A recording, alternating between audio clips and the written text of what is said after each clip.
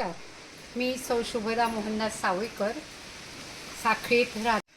काजूच्या V4 V7 varieties आहेच, पण आम्ही खास ICRमध्ये डेव्हलप केलेल्या काजूच्या पण व्हरायटीज लावल्या आहेत.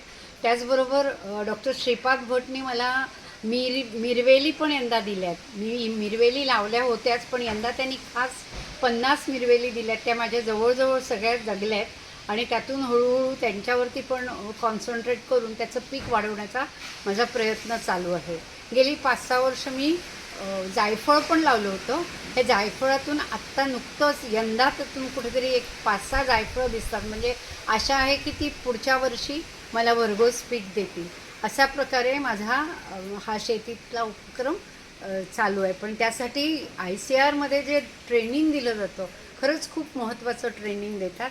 आणि बागायतदारच्या थ्रू पण आम्ही ज्या विजिट्स करतो, यंदा आम्ही एक नवीन सेमिनार घेतला होता सगळ्या शेतकऱ्यांसाठी, ज्याच्यात जायफळ आणि मिरी ह्याच्यावरती शेतकऱ्यांना मार्गदर्शन केलं. कारण फक्त सुपारीवर अवलंबून राहणं आता कठीण आहे.